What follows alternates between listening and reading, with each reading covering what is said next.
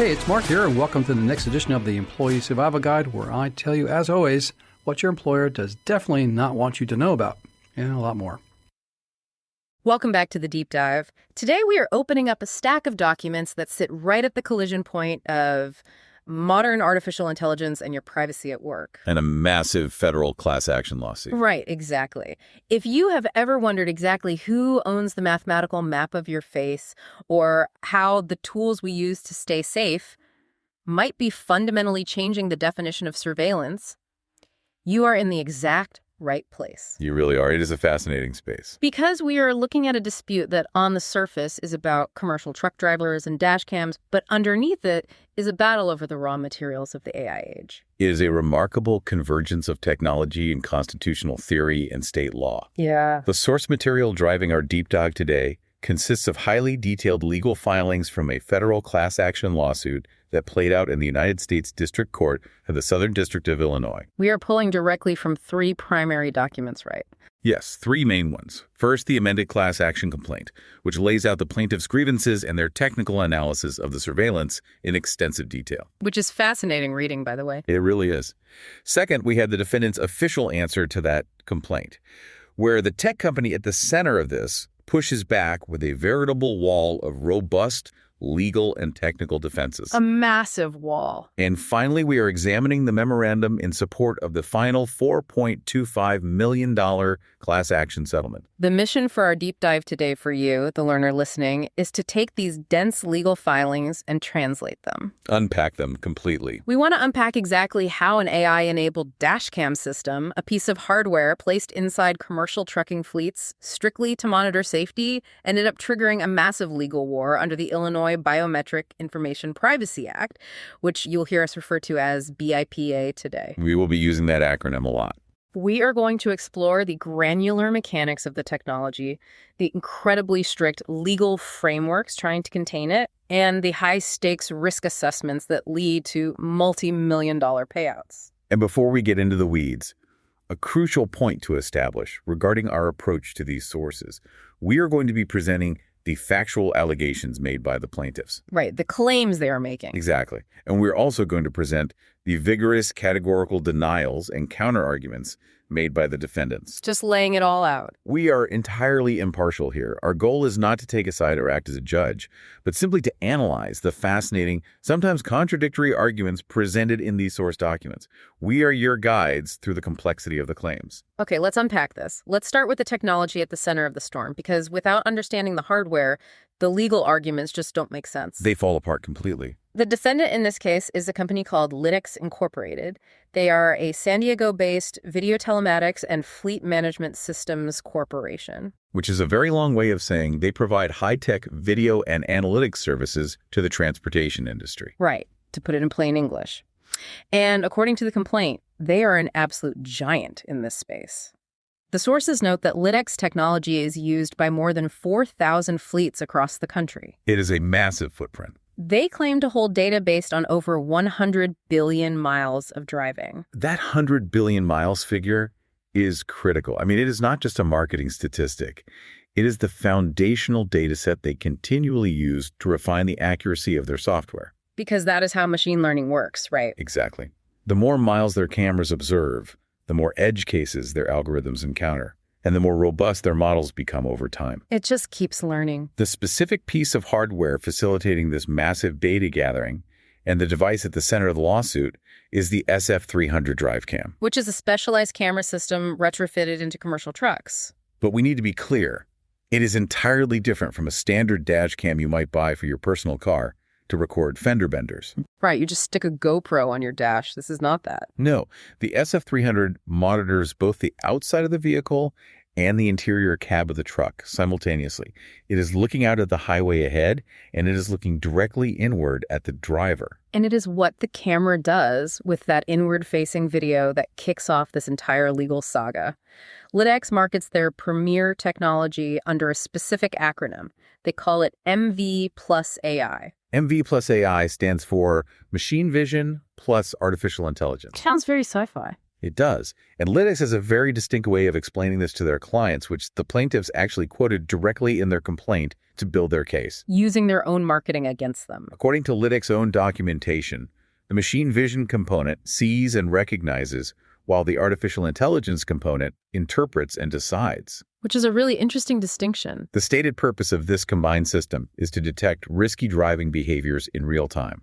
We are talking about detecting inattentive driving or speeding or failing to wear a seatbelt. The standard safety stuff. Right, but it goes much further into behavioral monitoring.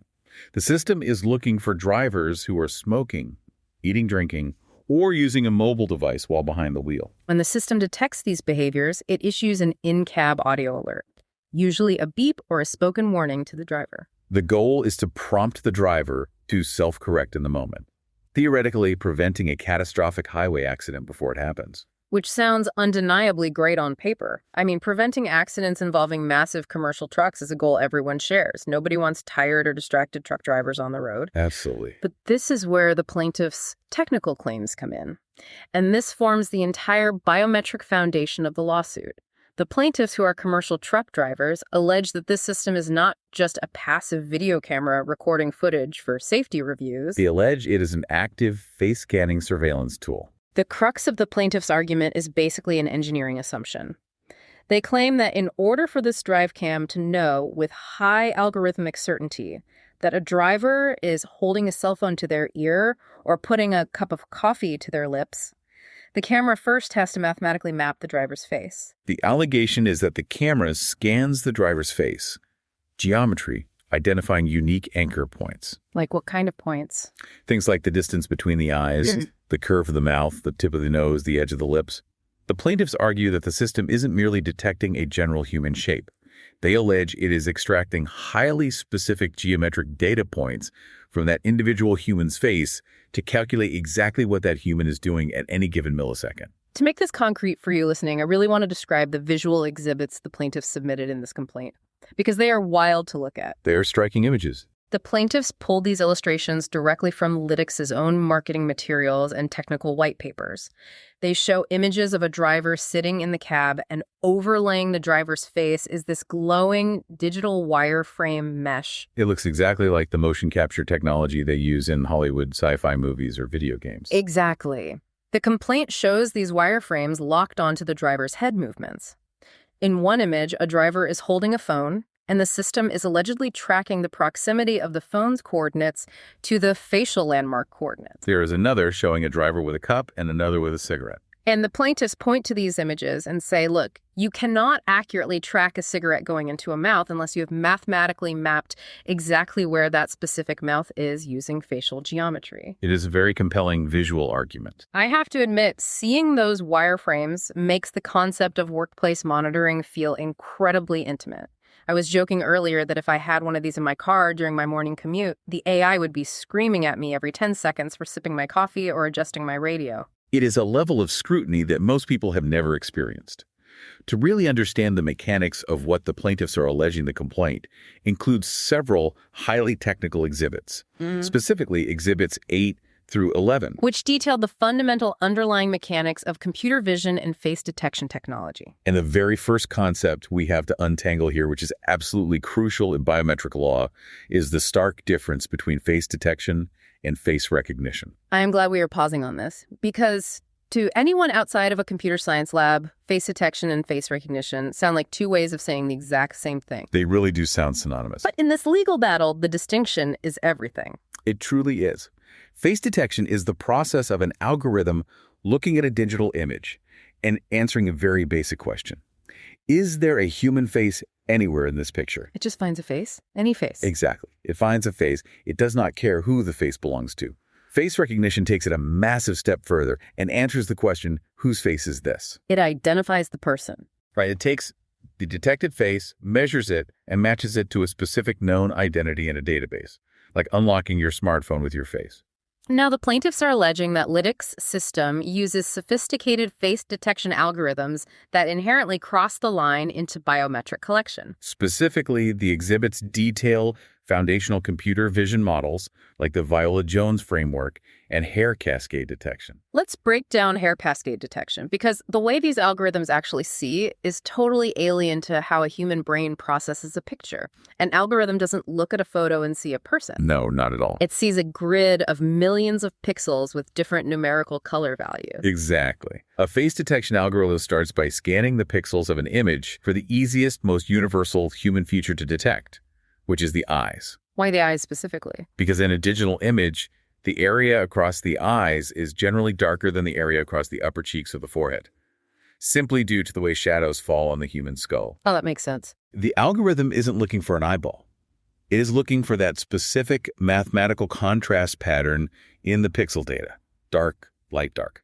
Once it finds that contrast of the eyes, it attempts to detect the eyebrows, the mouth, the bridge of the nose, the nostrils. It applies a cascading series of mathematical tests. That is the cascade in Haar cascade. I was reading through this part of the source material, and the best way I could visualize it is to imagine the algorithm as an incredibly strict, very fast bouncer at a nightclub doing a visual pat-down. I like that analogy. The bouncer isn't looking at your whole outfit at once. First, they check if you have an ID in your hand. That is the eyes. If you don't have an ID, they instantly reject you and move to the next person in line. They don't even bother looking at anything else. Right. If you do have an ID, they move to the second test. Does the picture match? That is the nose and mouth. If it fails at any step, the bouncer immediately stops processing you and moves on. It is a rapid, cascading series of yes or no tests. And if a region of pixels passes every single stage of the bouncer's checks, the algorithm concludes, mathematically, that it has found a human face. That highlights the speed and the sequential nature of the processing. It happens in fractions of a second, continually, frame by frame. But this brings us to the part of the process that the plaintiffs argue crosses the legal line. Feature extraction. Right. This is the core of their claim. The plaintiffs' exhibits explain that once the model is trained and operating, it extracts these specific features, these geometric data points representing the eyes, nose, and mouth, and it compares them to stored patterns to verify the face and track its real-time movements. The plaintiffs argue that this extraction process, by its very nature, involves collecting biometric identifiers. Their argument is that you cannot run a mathematical algorithm that plots the distance between my eyes and my mouth to see if I am drinking coffee without simultaneously capturing my unique face geometry. This is where I want you to step into the shoes of the drivers for a moment. Imagine your own workplace, whatever that looks like. Imagine you were sitting at your desk or operating a forklift or stocking inventory. Just doing your normal daily tasks. Right. How would it change your psychological state if a company-mandated camera was pointed at you and every single second of your workday an algorithm was mathematically plotting your facial landmarks? It is a lot of pressure. It is checking the geometry of your eyes and mouth over and over again, running those bouncer tests constantly just to ensure you aren't taking a sip of water or glancing down at a text message. It fundamentally changes the feeling of being on the clock.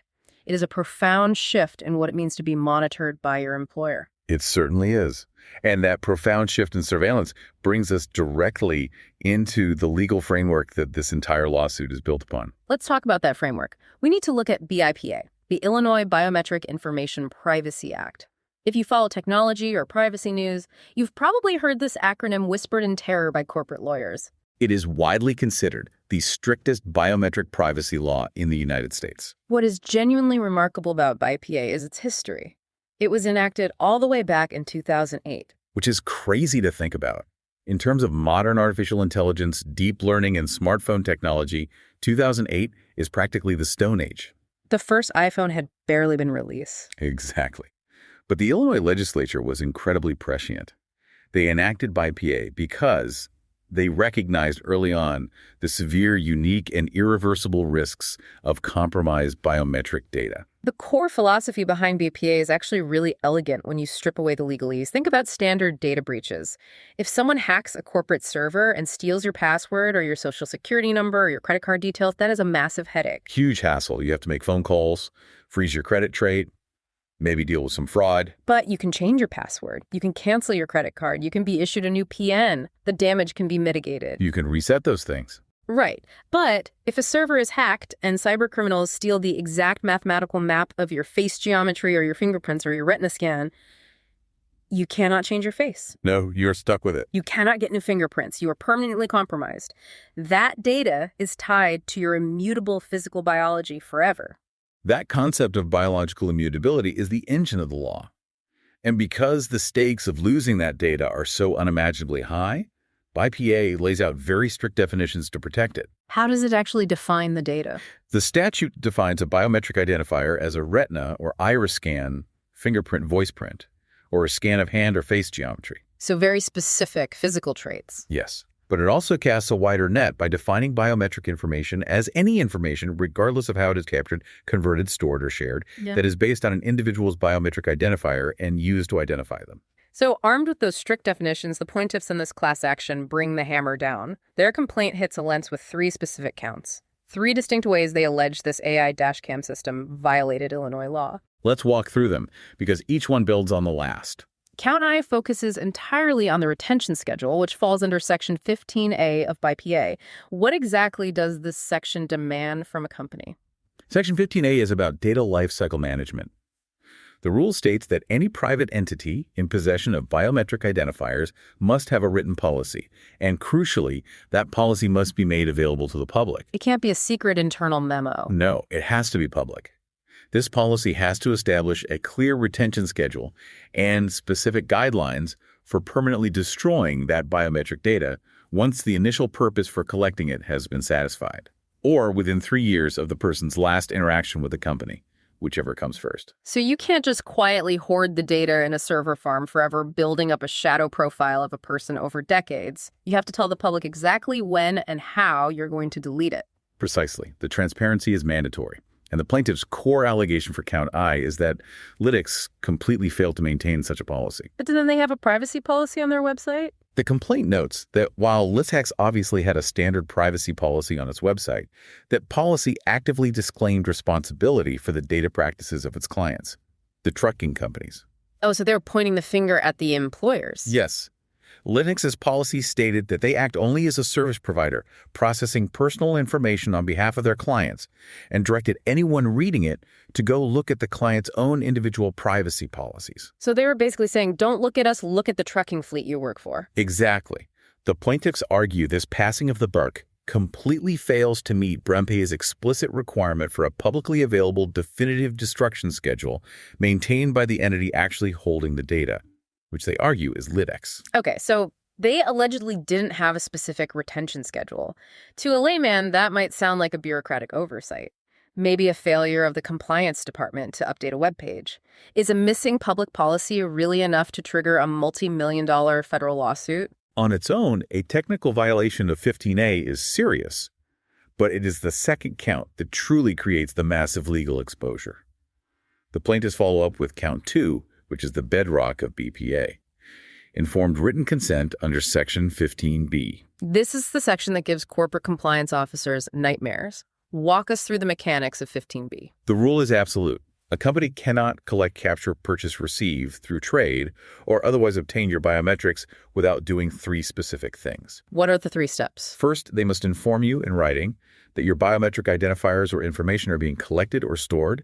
Second, they must inform you in writing of the specific purpose and the length of term for which your biometrics are being collected, stored, and used. Okay, so full disclosure. Full disclosure. And third, and this is where companies always trip up, they must receive a written release executed by you. An actual signature. Yes. You have to physically or digitally sign a document giving them explicit informed permission before a single piece of biometric data is collected. And the allegation here from the drivers is a total across-the-board failure on all 3 fronts.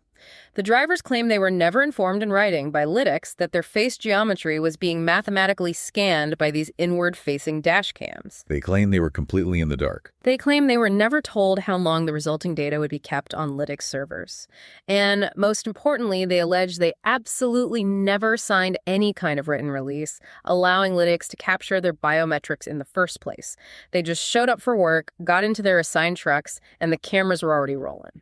Building on that lack of consent, we reach count 3, which is perhaps the most fascinating from a modern tech industry perspective. Count 3 looks at the commercialization of this data under Section 15C. What does 15C say? The rule in BIPA is incredibly strict. No private entity in possession of a biometric identifier may sell, lease, trade, or otherwise profit from a person's biometric identifiers or biometric information.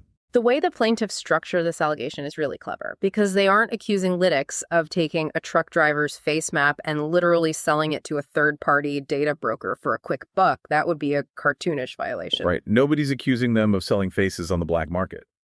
Instead, the plaintiffs look at the economics of how AI is built. They claim that Lytx uses this massive database of continuously scanned drivers, again, drawing on that 100 billion miles of driving data to relentlessly train and refine its artificial intelligence. By continually feeding their machine learning algorithms with this allegedly biometric data, Lytx engineers newer, better, more accurate behavioral detection products. They then turn around and market this supposedly superior, highly trained technology to new corporate clients to win market share. That is the core of their argument. The plaintiffs are arguing that using biometric data as the raw material to build a better commercial product and then selling that resulting product to increase market dominance is a direct, albeit indirect, violation of BIPA's no-profit rule. They are essentially saying you are profiting off our faces by using them to make your AI smarter so you can sell more dash cams. What's fascinating here is how the defense chose to respond to this massive multi-layered attack. Because Lytx did not just roll over and try to settle quietly on day one. Not at all. When you read defendant Lytx's official answer to the complaint, you don't just see a disagreement over how to read a statute. You see a masterclass in aggressive, comprehensive, scorched earth legal defense. The answer document is formidable. Lytx didn't just quibble with the plaintiff's interpretation of Illinois law. They flat out denied the entire foundational technological premise of the lawsuit. It is a blanket categorical denial of the core allegation. It is a fundamental clash of reality.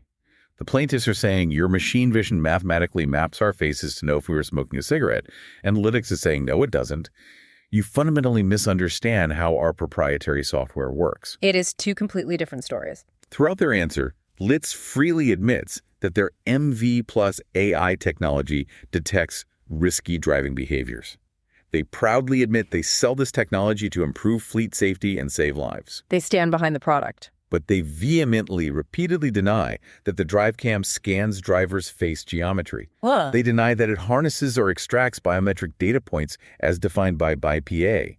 And they expressly, unequivocally deny maintaining a trove of biometrics on their servers. So how do they explain what the camera is actually doing then? They argue that their system detects the objects and the behaviors, the presence of a cell phone, the motion of an arm, the contrast of an eye closing, but it does not create or store a geometric map of the driver's unique facial identity. And that technological denial, as forceful as it is just the opening salvo. Lytx's legal team doesn't put all their eggs in the "we don't scan faces" basket. In their answer, they list 23 separate affirmative defenses. 23 is a lot. Now, for those who might not spend their free time reading civil litigation filings, an affirmative defense is essentially a legal pivot.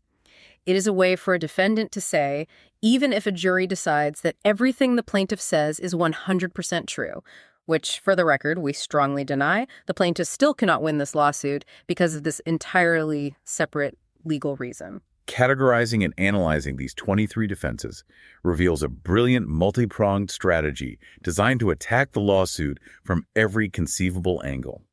Let's dig into the major categories of these defenses because they show how complex it is to apply a state privacy law to interstate technology. First, we have what we could loosely call we're just the vendor defense. Right. Lytx argues that it is a third-party technology provider. They do not employ these truck drivers. The trucking companies, the fleets that hire the drivers, are the ones who purchase the Lytx system and mandate the installation of the cameras in their trucks. Lytx argues that BIPA should not apply to a third-party software vendor that has no direct contractual employment relationship with the individuals being recorded. They claim it would result in an absurd and overly burdensome application of the statute to hold the software developer liable for how an employer chooses to monitor its own employees.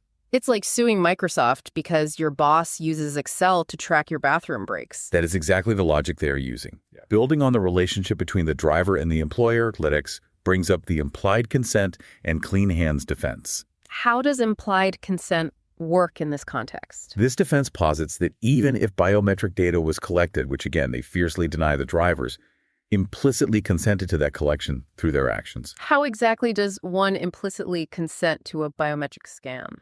Lytx's argument is that these drivers voluntarily got into the cabs of these commercial trucks day after day, week after week. They continuously drove trucks that they knew full well were equipped with inward-facing Lytx technology. There is a camera staring right at them. Yes.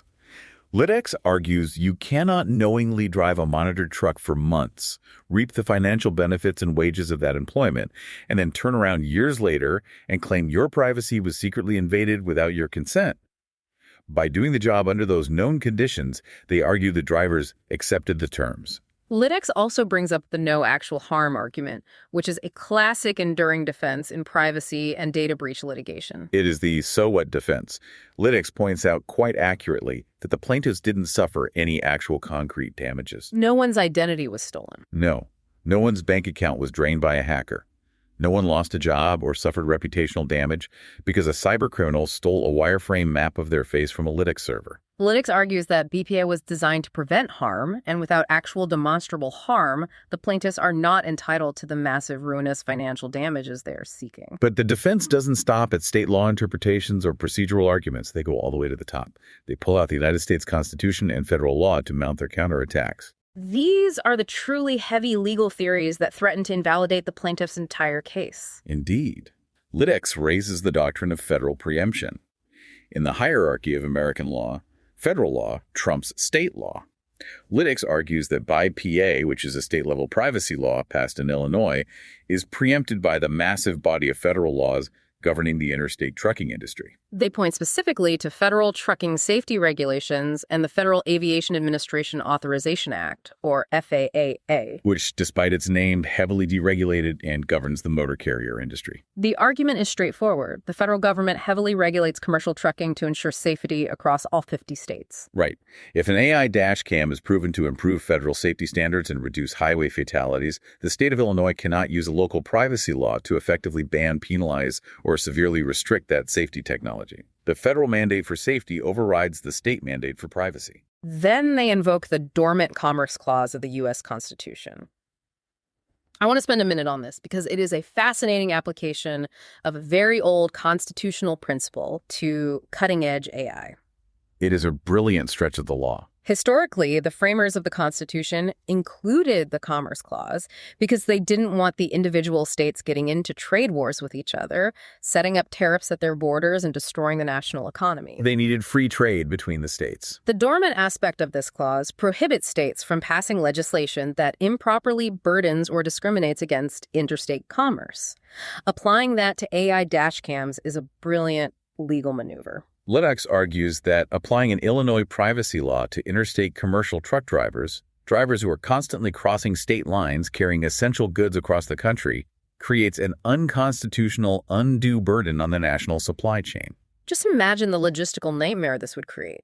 Let's say a truck driver is hauling a load of goods from Indiana through Illinois and into Iowa, following a standard route. The safety camera is on in Indiana, but the moment the truck's tires cross the state line into Illinois, the trucking company would have to somehow geofence the truck and automatically disable the safety features of the AI camera to avoid BIPA liability, only to turn it back on the moment the truck enters Iowa. Lytx argues that Illinois simply does not have the constitutional authority to impose its hyper-local privacy standards on the national interstate supply chain in a way that forces companies to degrade their safety protocols. And lastly, if all of those defenses fail, Lytx brings up the excessive fines clause of the Eighth Amendment.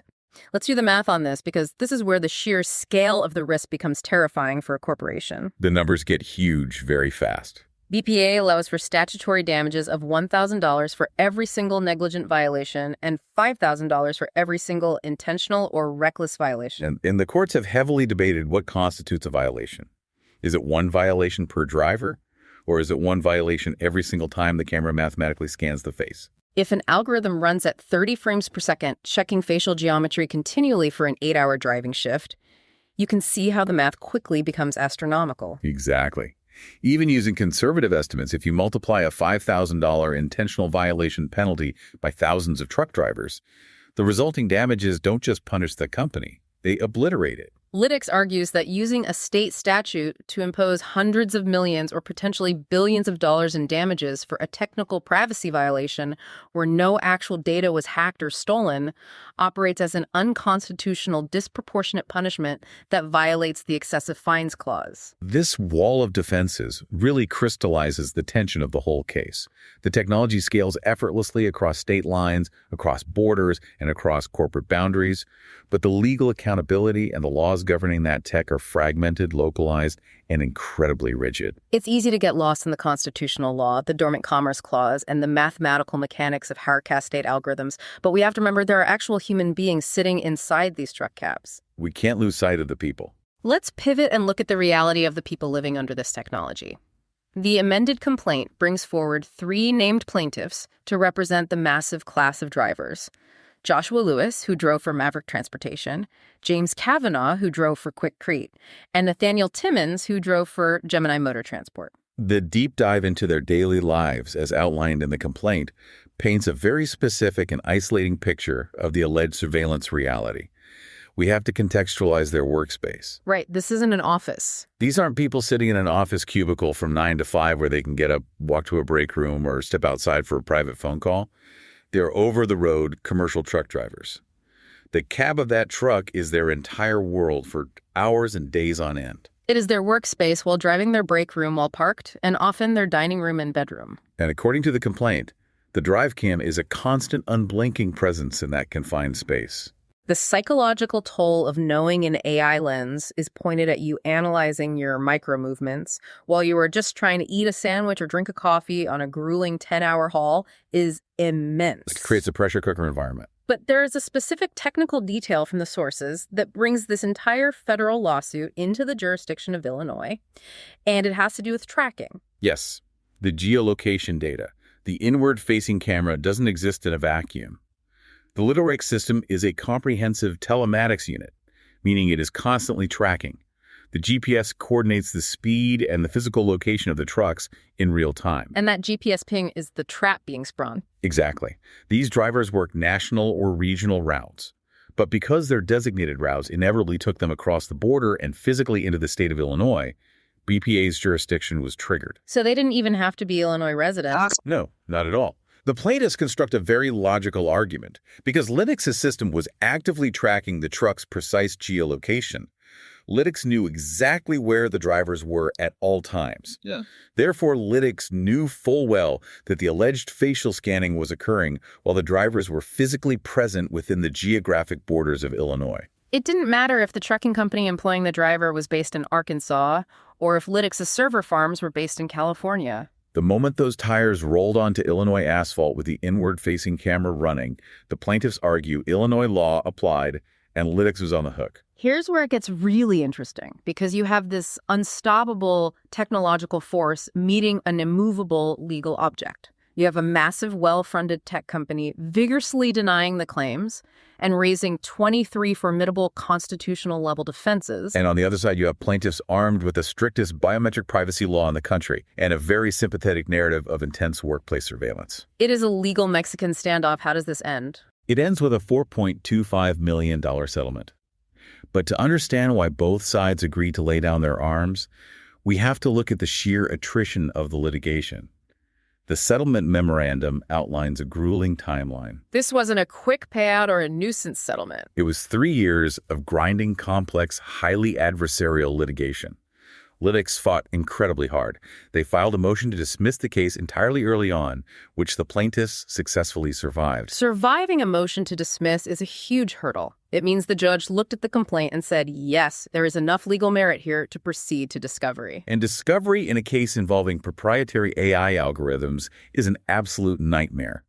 It is the grueling process of demanding internal emails, technical specifications, source code summaries, and engineering documents from each other. They fought over what documents had to be produced. Finally, after years of spending money on corporate lawyers, it culminated in a full-day, intense mediation session with a respected independent mediator. There is also a quick procedural note in the documents regarding Maverick Transportation, the employer of the first-named plaintiff, Joshua Lewis.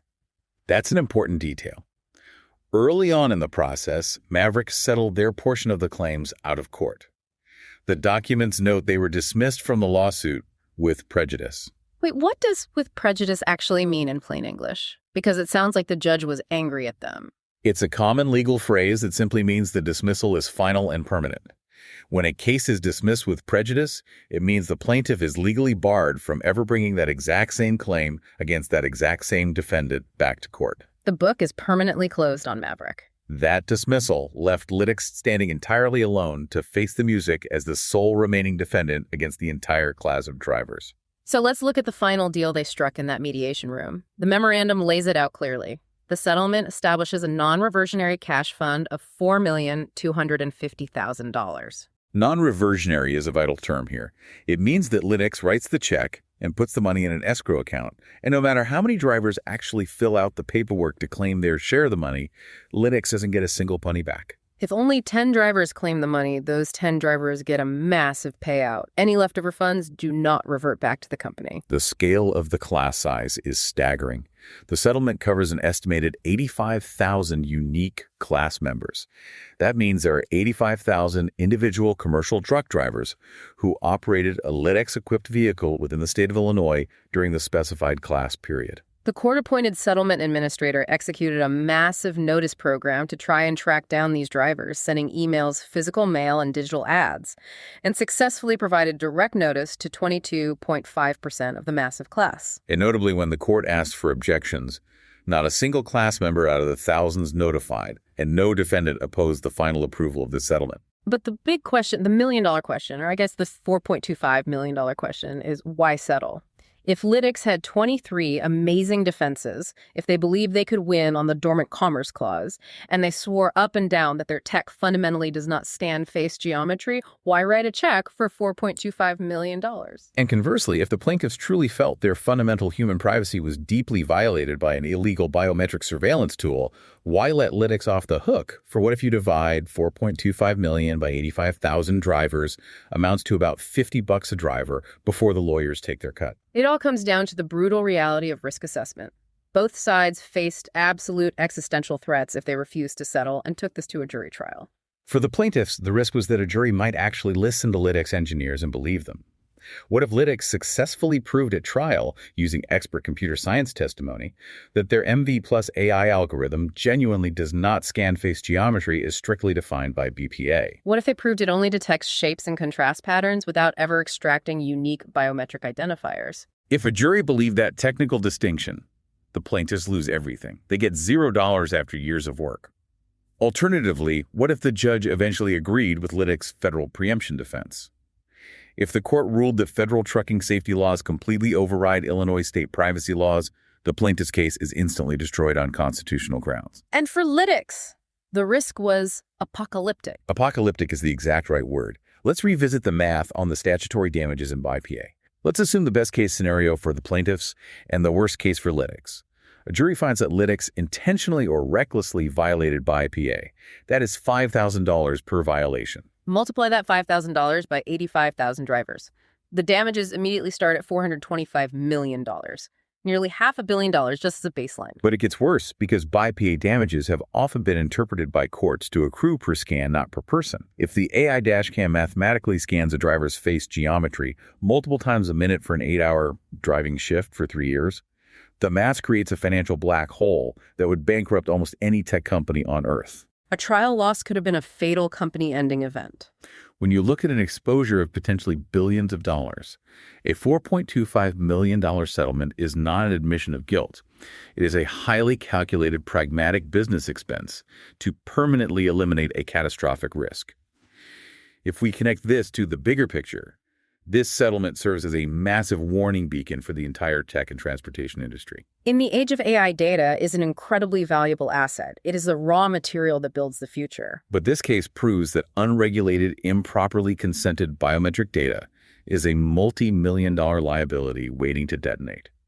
It shows that deploying AI surveillance tools, even tools designed with the noble necessary goal of saving lives on the highway, carries immense unquantifiable legal risks if those tools intersect with aggressive state privacy laws. So what does this all mean? We started this deep dive looking at a small plastic camera mounted to the windshield of a truck, and we end up looking at the fragile high-wire balancing act of modern society. On one hand, we possess advanced artificial intelligence that can genuinely prevent horrific accidents. It can catch a tired driver falling asleep at the wheel. It can sound an alarm before a distracted driver rear-ends a family minivan. It definitively saves lives. But on the other hand, we have the strict legal boundaries of human privacy and the right to exist without being mathematically quantified by our employers. Do we have to sacrifice the sovereign ownership of our own biological face geometry to be safe on the highway? This lawsuit proves that we as a society have absolutely not figured out the answer to that question. And that is the ultimate takeaway for you listening to this. The very definition of what constitutes you in a digital space is still being actively fought over in the courts.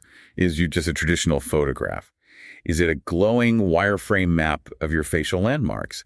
Is it a statistical model of your eye movements? Technology is evolving exponentially faster than the law can comprehend, and everyday judges and juries are being forced to draw legal boundaries around concepts that didn't even exist 20 years ago. I want to leave you with a brand new concept to chew on. Something that builds on this entire debate, but looks just over the horizon. Right now, privacy laws like BPA focus strictly on physical biological identifiers. Your face geometry, your fingerprints, your retina. Well, what happens in 3 or 5 years when AI systems become so hyper-advanced that they don't even need to see your face to know exactly who you are and what you are doing? What if a smart seat in a truck cab or your office chair could identify you and predict your level of distraction or fatigue solely by the unique microscopic way your body shifts its weight over time? What if sensors embedded in a steering wheel or a keyboard can identify your unique identity based on the distinct rhythm, temperature, and pressure of how your hands grip the surface? When your very behavior and movement become your biometric signature, will our current rigid laws be able to protect that data signature? Or will the entire legal framework have to be torn down and rewritten all over again? That is a wild, slightly terrifying thought to end on, and exactly why we love digging into these sources. Thank you for joining us on this deep dive into the legal and technological frontier. We hope we unpacked the complexity and gave you the insight you were looking for. Keep asking the big questions, keep looking past the headlines, and above all, stay insanely curious. We'll catch you on the next one. Hey, it's Mark, and thank you for listening to this episode of the Employee Survival Guide. If you'd like to be interviewed for our podcast and share your story about what you're going through at work, and do so anonymously, please send me an email at mcarey@capclaw.com. And also, if you like this podcast episode and others like it, please leave us a review. It really does help others find this podcast. So leave a review on Apple or Spotify or wherever you listen to this podcast. Thank you very much, and glad to be of service to you.